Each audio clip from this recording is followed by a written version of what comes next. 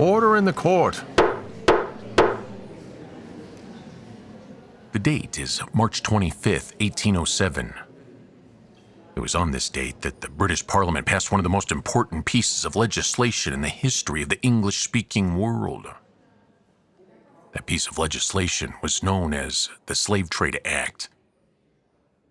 It was on this day that the transatlantic slave trade, one of the most profitable and most monstrous commercial enterprises in human history, was gone by an act of Parliament forever.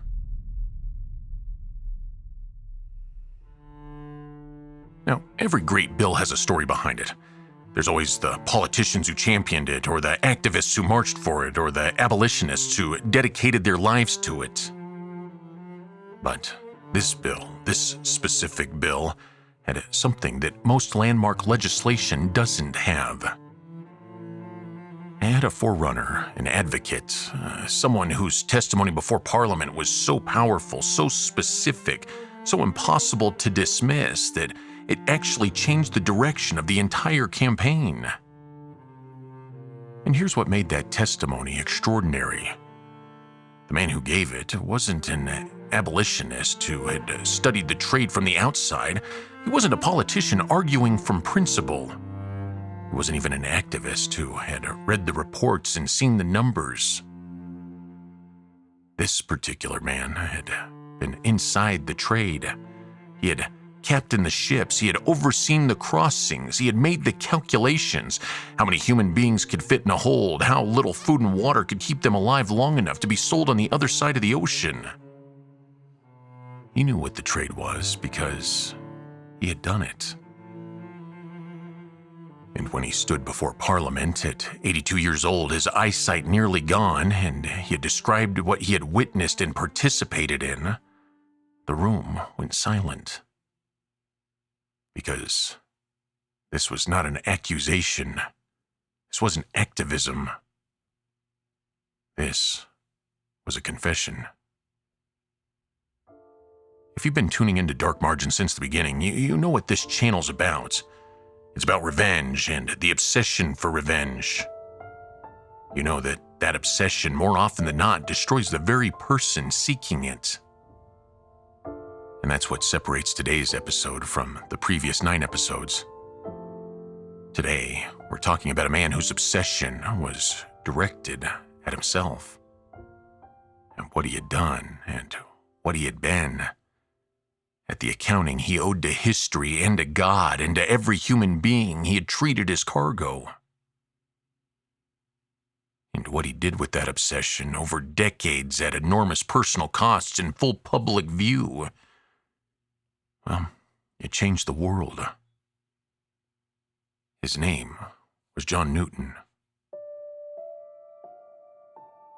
So I guess we start off with a question of, what if the person who needed to be forgiven was you?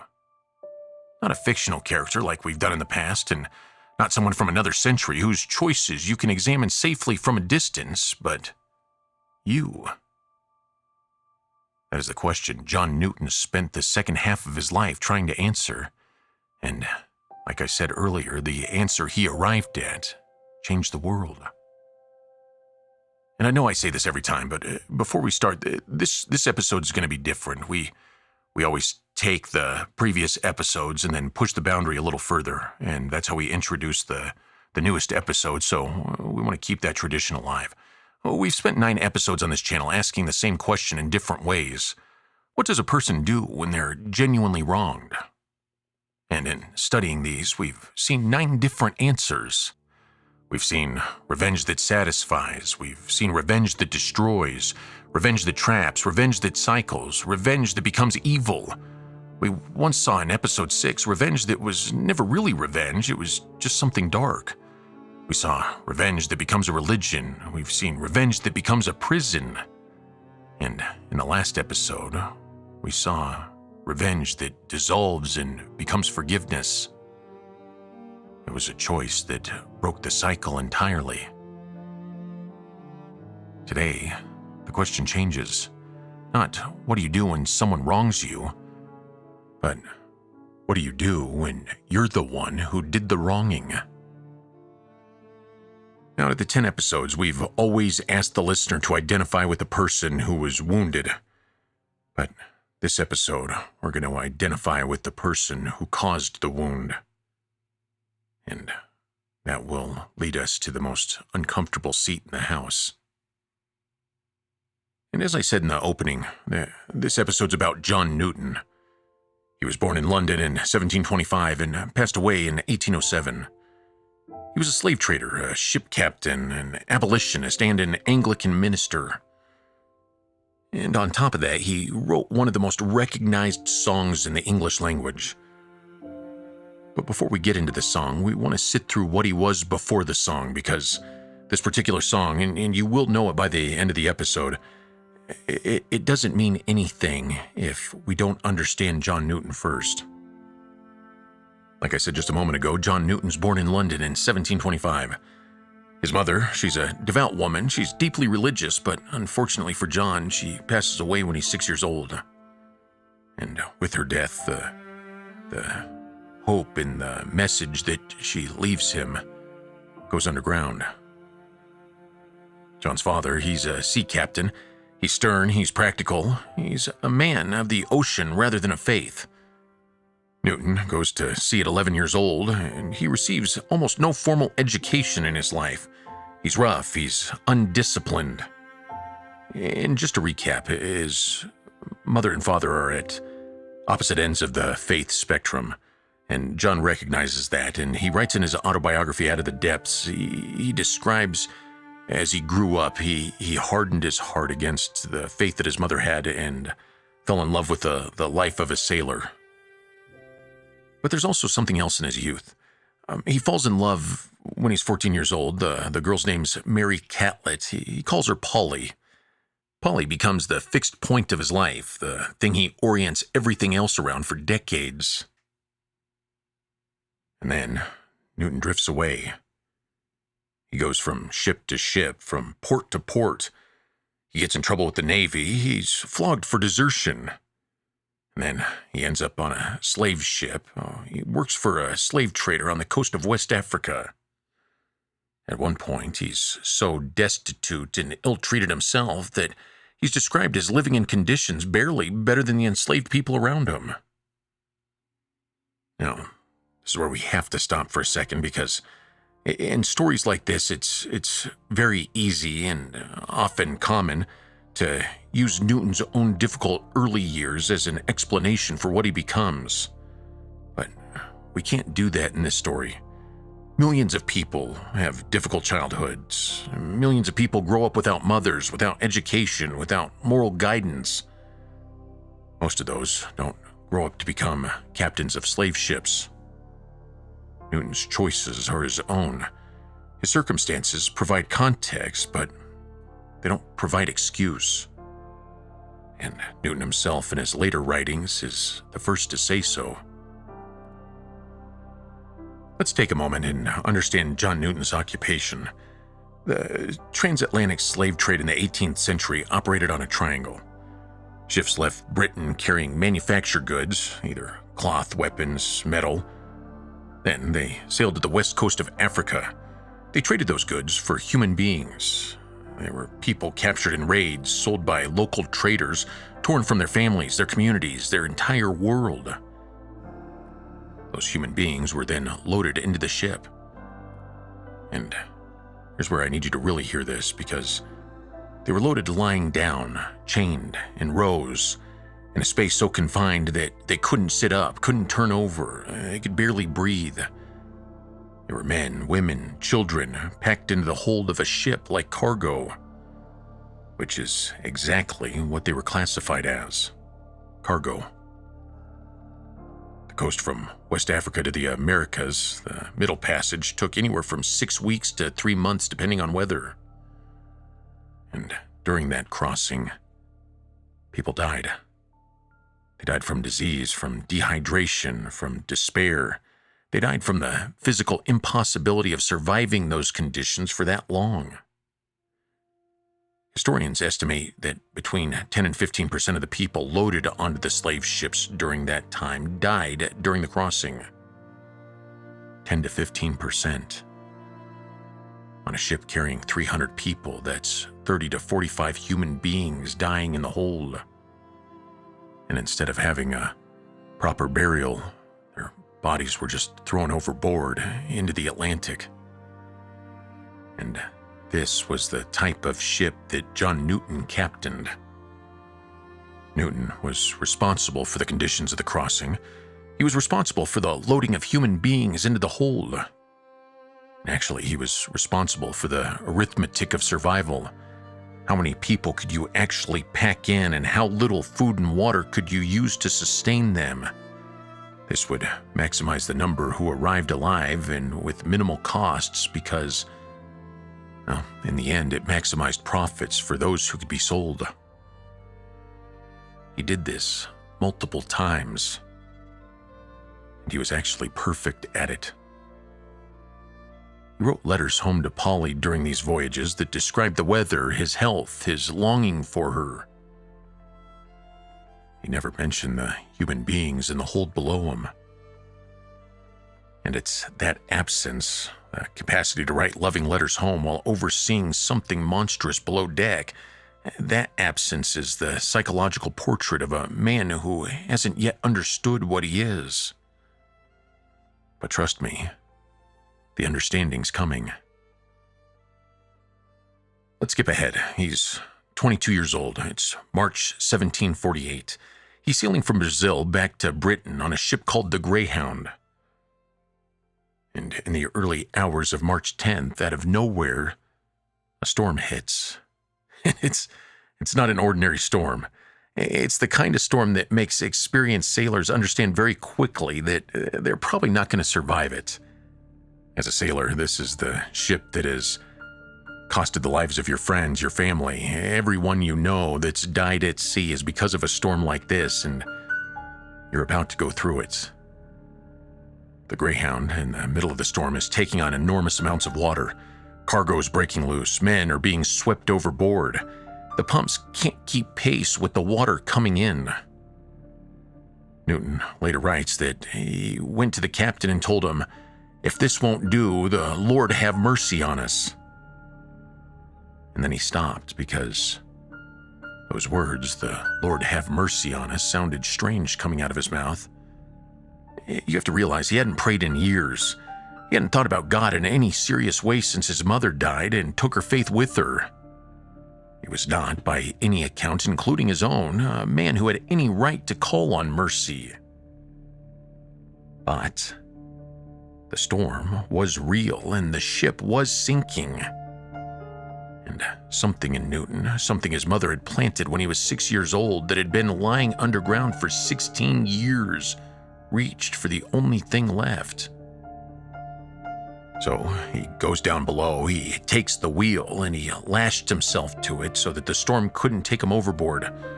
This was kind of a common practice back then, that you needed to hold onto the wheel with everything you had, and so they bound their wrists to the wheel spokes, and you would be able to hold on even if your hands got tired and let go. You'd be strapped to the wheel for support, and there was no way you could go over. It didn't guarantee safety because if the ship sunk, then you tied yourself to the wheel. But that's what he was willing to do, and at this moment, he prays. And when I say he prays, he doesn't pray like somebody comfortable in a bed at nighttime with theological accuracy or some sort of conviction in his heart. No, he prays the way a drowning man grabs at anything solid. He prays the same way a man being consumed by fire prays for water. He prays the same way as someone who's being attacked prays for mercy. It's desperate and complete, with nothing left to lose. He's literally just calling out. And call it coincidence or not, but the storm passed. The ship survives, and also Newton survives. He wrote in his journal that night, "I began to think of my former religious professions, the extraordinary turns of my life, calls I received from God, and the manner in which I despised them all." And he did. He despised everything. He was a vulgar man, a blasphemous man, a man with no hope for anything good in the world. He has no value of human life. And so, he despised everything. And think about it. It's that sentence, despised them all, written by a 22-year-old man lashed to a wheel in the middle of the Atlantic after the worst night of his life. It's that sentence that's the beginning of one of the most extraordinary reckonings of all of history. And I know it looks like we have a little bit of a silver lining here, and I wish it were so. But we're about to get darker. Because that night, Newton cracks a little. But there's a difference between cracks and transforms. If you confuse them, you commit a common mistake that people make when they tell this story. The crack is the moment you see yourself clearly for the first time. The transformation is everything that comes afterwards. And that transformation, how long does it take? Well, it takes the rest of your life. Now, hold on to that for a second, because we've actually seen a crack before on this channel. It was episode 8, Miss Havisham. She's sitting in her chair. She's rotting in her wedding dress with a rotting wedding cake next to her, and every clock is stopped.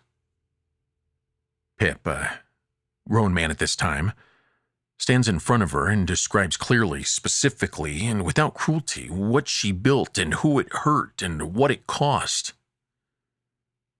And Miss Havisham, who had been so careful not to see herself for so long, does finally see herself. She asks, "What have I done?" And this is the crack. It's the same kind of crack that hit Newton on the Greyhound in the middle of the Atlantic in 1748. Two completely different people, two completely different centuries, and two completely different wounds. But they share the same beautiful moment. And that moment is when a person sees themselves clearly and cannot look away. But it'd be here where Newton and Miss Havisham part ways. And this difference is everything. Miss Havisham's crack came at the end. The fire came before she could fully use it. She saw herself, she asked for forgiveness, but by that time, the crack in the end was measured in weeks. Newton's crack came at 22 years old. He was in the middle of the Atlantic, he was in the middle of a storm, and in the middle of a life that still had decades left in it. Miss Havisham had the crack, but not the time. Newton had the crack and then had to figure out what to do with 30-plus more years. And that is what the rest of the episode's about. Now here's something you need to contemplate before we all of a sudden judge Newton for what comes next. There's this concept in addiction literature. It's documented across decades of research, and it explains something most people don't want to acknowledge about the people they love who can't seem to stop. It's called identity fusion, and this is what it means. For many people, the thing they can't stop isn't just a habit, it's not just a craving, and it isn't just a comfort. It's actually who they are. One of the first sociologists to study alcoholism as a social and psychological phenomenon, his name's Norman Denizen, and he documented this in his research on recovering alcoholics. He found that for many of them, drinking wasn't just something they did, it was how they understood themselves. It was their community, their structure, their daily meaning. It was their identity. And this means that recovery requires something far harder than just stopping. It requires becoming somebody else entirely. And it requires them doing that from the ground up and without a map. Edward Kansian, a Harvard psychiatrist, put it this way: people don't become addicted to things randomly. They become addicted to the specific thing that fills a specific hole in who they are. Which means the addiction's doing something for them, something that nothing else has yet learned to do. So as we get back to Newton, we take that with us. For Newton, the trade wasn't just his profession. It was his competence, his structure, his identity, his place in the world. It was the only answer he had ever had to question. Who are you? And without it, he's nobody. He doesn't know how to be a nobody. Most of us don't. So here's the part of John Newton's story that most people don't know or don't want to know. After the storm, after the prayer, after the crack, Newton continues in the slave trade. Not just for a few days, not even for just a couple weeks. For years. He continued to captain slave ships. He continued to oversee the Middle Passage. He continued to make the calculations of survival and cargo that define the trade. He did this while simultaneously deepening his faith, reading scripture, corresponding with ministers, growing in his understanding of what he believed. And I know what some of you are thinking right now. How's that even possible? How does a man who genuinely experienced what Newton experienced that night on the Greyhound go back to the hold of a slave ship and keep doing what he's doing?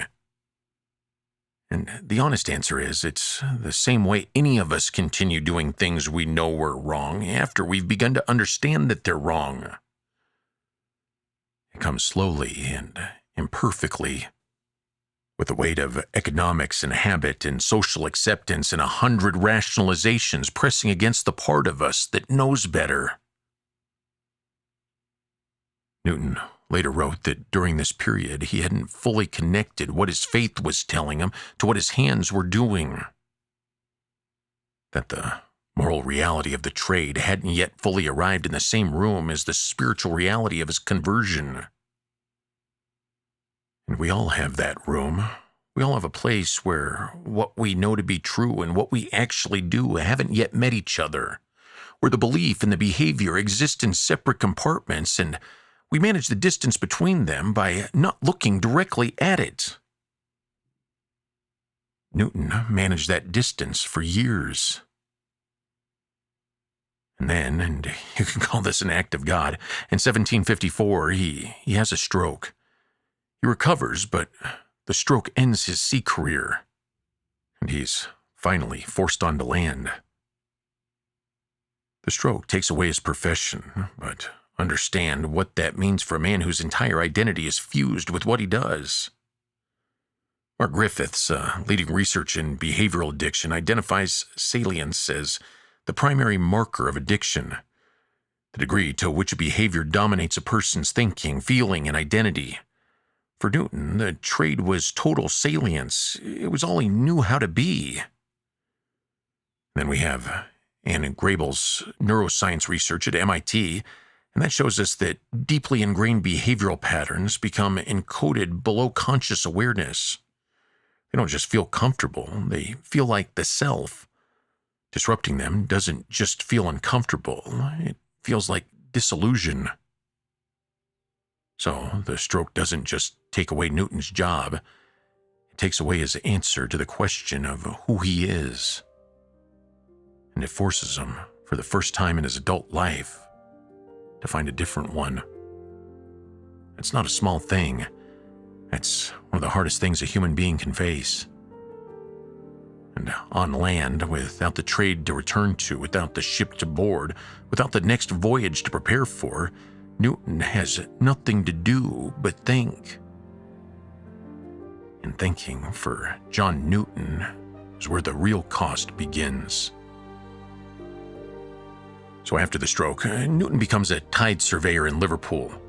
He ends up studying theology, and he corresponds with some of the leaders of the theological movement. John Wesley, he's the founder of Methodism, and George Whitefield, one of the more powerful preachers in a time called the Great Awakening. And Newton's growing, he's deepening. He's becoming something recognizably different from the man who captained those ships. And unfortunately, with that growth comes something he can't escape. Something all of us can't escape. It's our memory.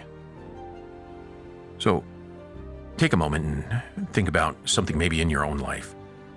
You take a period, you had struggles, and on this side of the freedom from the struggle, you look at it and you say, how could I have ever been a part of that? But you take a moment and you really think about what it was like inside that, and you think, I didn't know how to do anything different.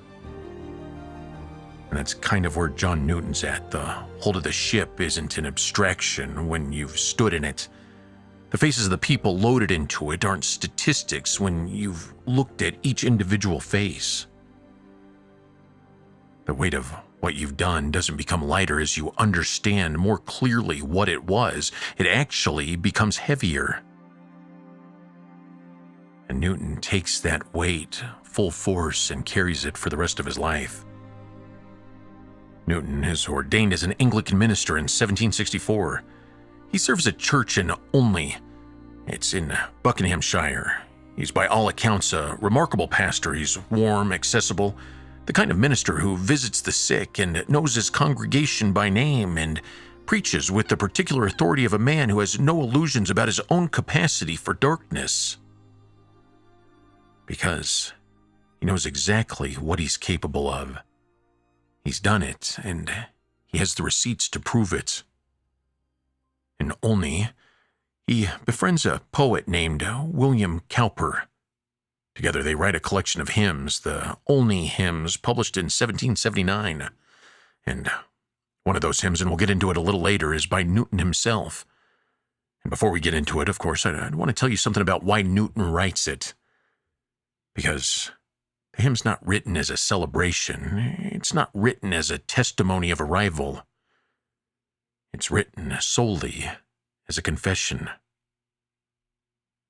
He's a man who understands more completely than almost anyone who has ever lived exactly how much grace it takes to cover exactly what he's done.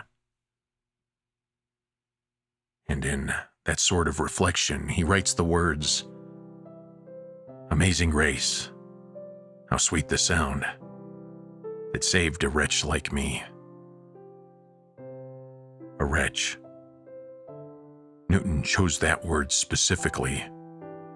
Not a sinner in the general theological sense that everyone's a sinner, but a wretch. A word that means someone who has fallen below the ordinary threshold of human behavior. Someone whose actions have placed them outside the normal categories of wrongdoing. Newton knew exactly what he was calling himself, and yet he chose the word anyway, because it was the only word that was honest.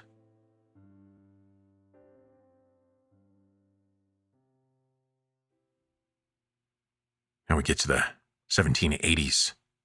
Newton's in his 60s, his eyesight is completely failing, and he's been a minister for decades. He built a life of genuine service, visiting prisoners, caring for the poor, preaching with the authority of lived experience. And then, a young member of Parliament named William Wilberforce comes to him. But before I tell you about the testimony, I want to tell you about a conversion that happened 3 years earlier, because this conversion is the reason the abolition campaign happened the way it did. It was in 1785. Wilberforce was going through a profound spiritual crisis. He was actually considering leaving politics entirely. He was going to abandon Parliament and pursue a life of private religious devotion instead of public service. So Wilberforce goes to Newton, and Newton says, "No, stay." He told Wilberforce that God had placed him in that position for a reason, that a man of his faith and his influence belonged in the public arena, not outside it, that the cause needed him where he was. So Wilberforce records this conversation in his diary, and that causes him to stay in politics, and he stays for 40 more years. Newton didn't just testify before Parliament, he convinced the man who led the campaign to remain in the room. And because of this, Wilberforce is leading the campaign to abolish the slave trade in Britain. But he needs witnesses. He needs people who can speak to what the trade actually was, not from outside, but from inside. He needs someone who was there. Newton could have declined. He was old, his health was failing. Going before Parliament meant putting everything he had done in the most public possible forum. It meant saying, with his name attached on the record before the government of Britain, "I did this. I was there." I know what it was because I participated in it. John Newton testified. In 1788, the same year he published the pamphlet called Thoughts Upon the American Slave Trade, Newton appeared before a Parliament committee and described what he had witnessed and participated in. He described the conditions of the Middle Passage. He described the treatment of enslaved people. He described what he had done. And he described it with the particular precision of a man who had spent 30 years trying to understand it, and who understood that the only useful thing he could do with what he has done was to tell the truth about it. His pamphlet ends with these words: I hope it will always be a subject of humiliating reflection to me, that I was once an active instrument in a business at which my heart now shudders. My heart now shudders. Not, I was wrong and I regret it. Not, I didn't know better at the time. My heart now shudders. This is the language of a man who has allowed himself to fully feel what he spent years not feeling, who has removed every buffer between himself and the reality of what he did, and who lives every day with the shudder. Now, Newton testified from the deck, but there was another voice in the campaign, a voice that spoke from somewhere Newton had never been, from inside the hold. His name was Olaudah Equiano. He was born in 1745 in what is now Nigeria. He was captured at 11 years old, transported across the Atlantic on a slave ship. He survived the Middle Passage, not as a captain and not as a crew member, but as the actual word cargo. He was enslaved for years in the Caribbean, in Virginia, working, trading, accumulating small amounts of money wherever the opportunity arose. Until, in 1766, at approximately 21 years old, he purchased his own freedom. He went to London, he educated himself, he joined the abolition movement, and in 1789, 1 year after Newton's parliamentary testimony, he published his autobiography, The Interesting Narrative of the Life of Olaudah Equiano, or Gustavus Vasa the African. It went through 9 editions in his lifetime. It put a human face on the institution, a name, a childhood, a voice that said, "This is what it was. I was there. I survived it. And I'm telling you exactly what it cost." Newton testified from the deck. Equiano testified from the hold. 2 voices speaking to the same reality from opposite sides of the same horror. Both of them necessary, both of them contributing to the same outcome. And neither of them living to see the full completion of what they started. Equiano died in 1797, 10 years before the Slave Trade Act passed. And even though he didn't live to see it, his voice, published, distributed, read across Britain and America, was in the room when the voice was taken. It's always in the room. So, here's what the episode's been building toward. We've spent 10 episodes on this channel examining what human beings do when they're wounded.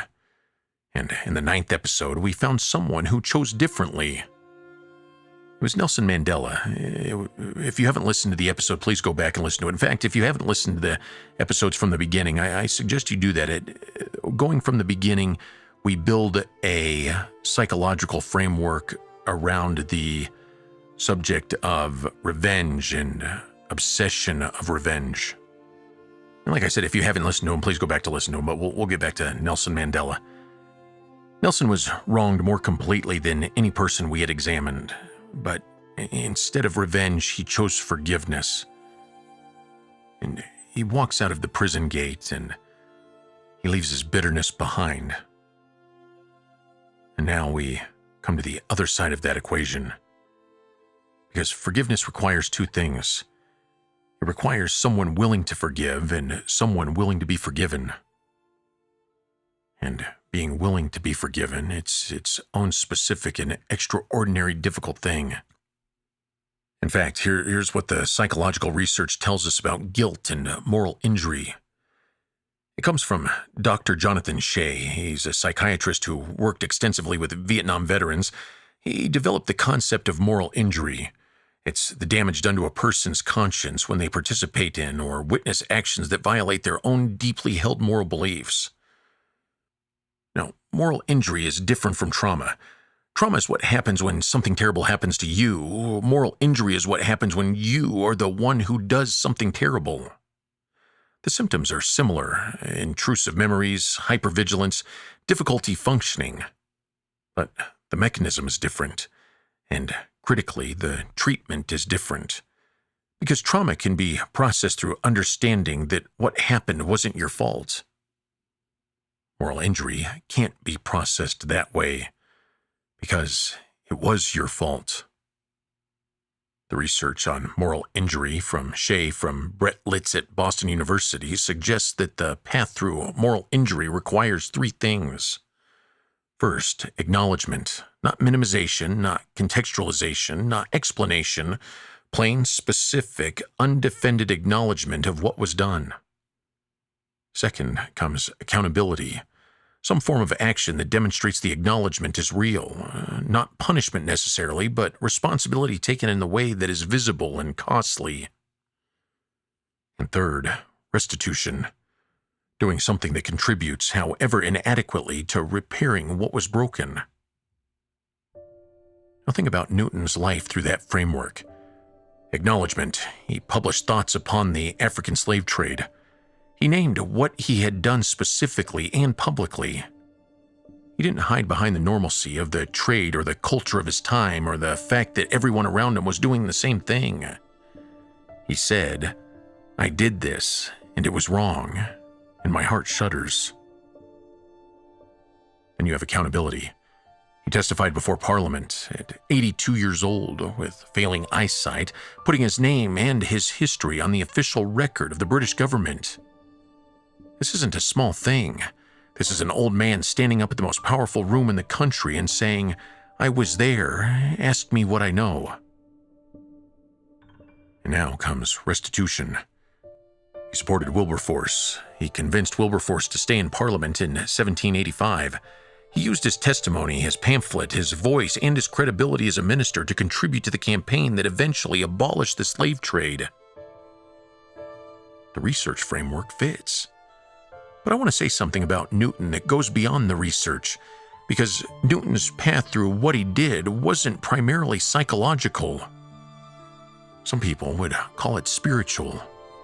And I think it would be dishonest to him, to the story, and to anyone listening to reduce it to a framework without acknowledging what he himself understood to be the source of his transformation. Newton believed he was forgiven, not by Parliament or by history, or by the people whose descendants would eventually benefit from the abolition he helped bring about. But he believed he was forgiven by God. And that belief, that the grace available to him was genuinely amazing, genuinely sufficient, genuinely capable of covering what he had done, wasn't a comfort that made the reckoning easier.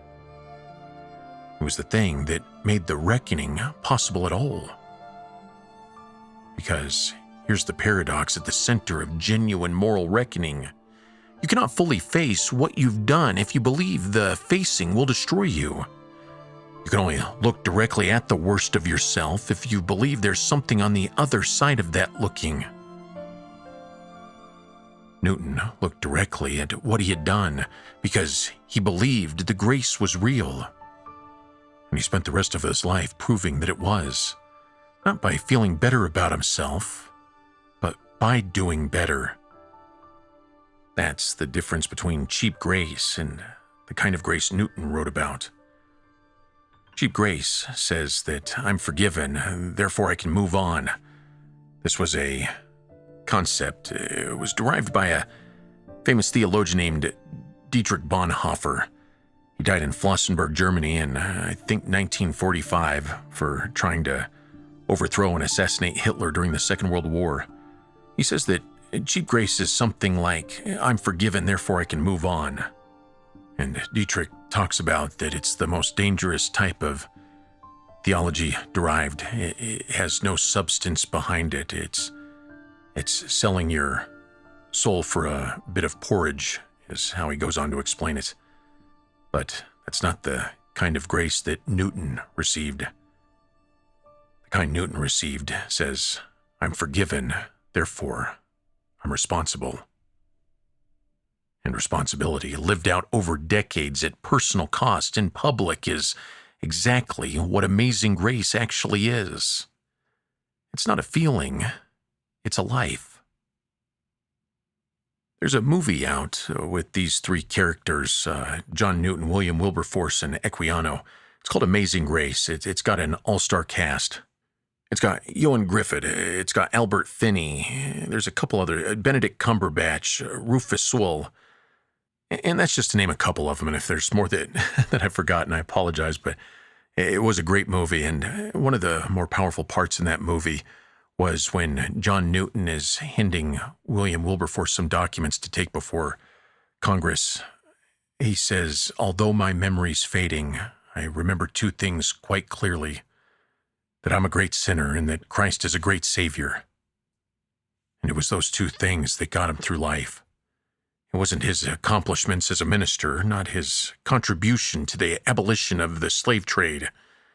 And it wasn't the thousands of people he had pastored and comforted and prayed with over decades, but the two things that were clear to him was that he was a great sinner and that Christ is a great Savior. He held both those truths simultaneously until the end. He never stopped being the man who had captained those ships, and he had never stopped believing that the grace was sufficient anyway. And it was that combination, the full weight of what he had done held alongside the full reality of what he believed had covered it, is what he wrote when he sat down at his desk in Olney sometime around 1772 and put quill to paper. Amazing grace, how sweet the sound that saved a wretch like me. I once was lost, but now am found. Was blind, but now I see. He wasn't writing a Christian anthem or anything about any sort of biblical reference toward every Christian coming in there. He was writing specifically about himself, every word. A wretch, we talked about that. He knew what that meant. Lost, he knew what that felt like from the inside. Blind, he had stood in the hold of a slave ship and not seen the human beings around him. That wasn't a metaphor. It was a testimony.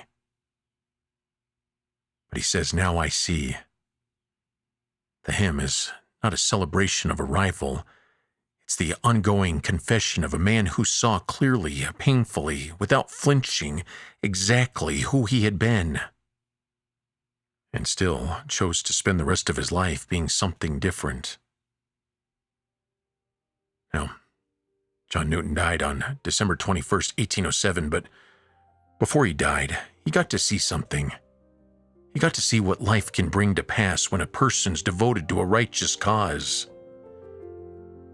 The Slave Trade Act passed on March 25th, 1807. That was 9 months before Newton died. 9 months. The man who captained slave ships, who had overseen the Middle Passage, who had made the calculations of survival and cargo, who had written loving letters home to Polly while human beings suffered in the hold below him. That man lived long enough to see the trade he had once captained become illegal under British law forever. He held on long enough to see it, and then he let go. Now, the Slave Trade Act wasn't the end of the story. It wasn't the full emancipation. It abolished the trade, but slavery itself, the institution, the ownership of human beings as property, that continued. And there was a man who knew that. William Wilberforce, who had been Newton's ally, who had sat across from Newton in 1785 and considered leaving politics, but had been told to stay. It was William who had taken everything Newton gave him, the eyewitness accounts, the moral authority, the public confession of a man who had been inside the trade, and used it as the foundation of a 40-year campaign. 40 years. Wilberforce fought for the abolition of slavery itself, not just the trade. And he fought for 40 years, through illness, through political defeat, through the resistance of an entire economic system that depended on slavery to function. He fought for 40 years, and he never stopped. The Slavery Abolition Act passed on July 26, 1833. William Wilberforce saw it passed. And 3 days later, he passed away. It was on July 29th, 1833. 3 days. 3 men. 3 different relationships to the same wound. Newton, who had caused it, Equiano, who had survived it, and Wilberforce, who fought to end it. Newton lived at 9 months past the Slave Trade Act. Equiano died 10 years before it. Wilberforce lived 3 days past the Slavery Abolition Act 26 years later. It was as if each one of them held on just long enough to give everything they had to give and then let it go. That is what devotion to a righteous cause looks like.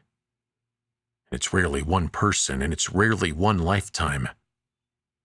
It's people handing something to the next person and trusting them to carry it forward until it's done. The crack in 1748 started something that outlived Newton by 26 years, something that required another man's 40-year devotion to complete.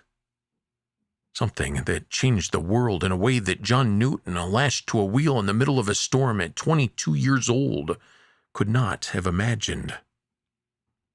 But he did start it. And Amazing Grace, written by a man who knew exactly what he was calling himself when he used the word wretch, has been sung for 250 years. In churches and at funerals and in moments of personal reckoning all over the world, by people who never knew John Newton's story, but who recognized something in those words, something true about themselves, and about the grace available to them. That's the legacy of a crack, fully used over a lifetime at great cost, and in devotion to something larger than the wound that started it. Let's go back through Dark Margins one final time for this season. Edmond Dantes, the wound was real, the revenge was surgical, the doubt arrived too late to stop the cycle. Medea, the wound was real, the revenge destroyed her and everything she loved, the line was crossed and couldn't be uncrossed.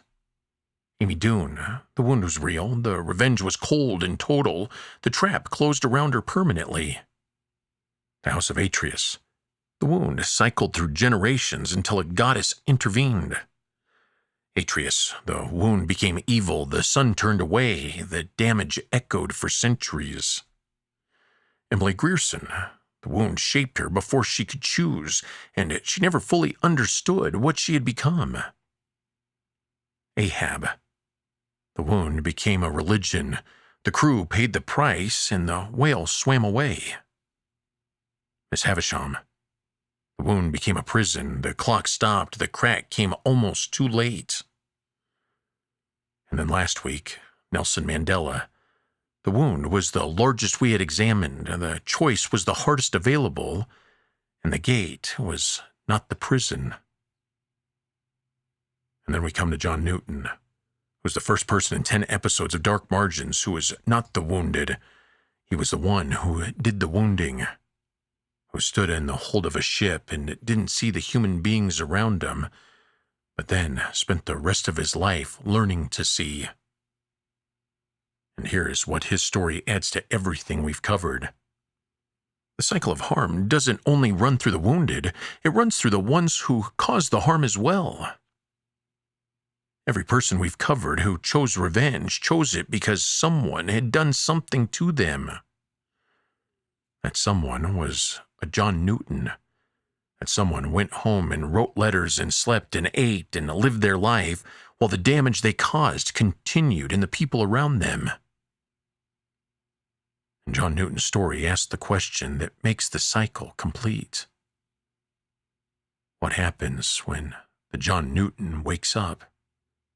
What happens when the person who caused the harm looks at what they did, not defensively, not with explanation, not with the buffer of time and distance and cultural normalcy, but directly? What does that cost? And what does it make possible? The answer Newton's life gives us is it costs everything, and it makes possible the thing that ends the cycle. Not revenge, and not justice in the legal sense, not even reconciliation, though Newton worked toward something like it through his testimony and advocacy. But we talk about acknowledgement, the simple, costly, daily decision to say, I did this, I know what it was, and my heart shudders. And because of that, I'll spend whatever time I have left doing something different. That's not a small thing. That's the hardest thing. John Newton left two primary documents that I want you to read. The first is his pamphlet, Thoughts Upon the African Slave Trade. It was published in 1788. The good thing is it's not long. The bad thing is it's extremely uncomfortable. It's one of the most honest documents ever written by a person about their own participation in something evil. It's in the public domain, free, and the best news I can give you, folks, fourth best news I can give you, is I linked the descriptions, so you can go back there, and there was a common theme where I was laughing and saying that the description, I'll post it in the description, and I never did, but I got around to it, so if you're one of the newcomers and you always saw the link in the public description and you've read some of them, you're going to be like, what the heck was he talking about?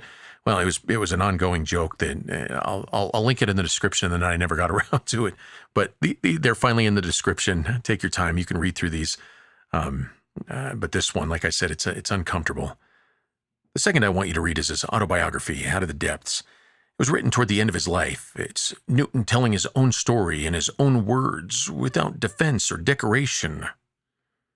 And I would also want you to read Equiano. It's titled The Interesting Narrative of the Life of Oluda Equiano. It's public domain free. The voice from inside the hold. Read Newton and Equiano together, and you'll understand the full picture of what this episode's been about. I'll try to link all three in the description. Now, we've spent 10 episodes on this channel in the first season building a framework for understanding what revenge costs, what forgiveness requires, what reckoning demands, and what it means to any of us in any circumstance to choose something different than the wound wants us to choose. But that framework is not finished. It has a foundation. Next season of Dark Margins, we go deeper.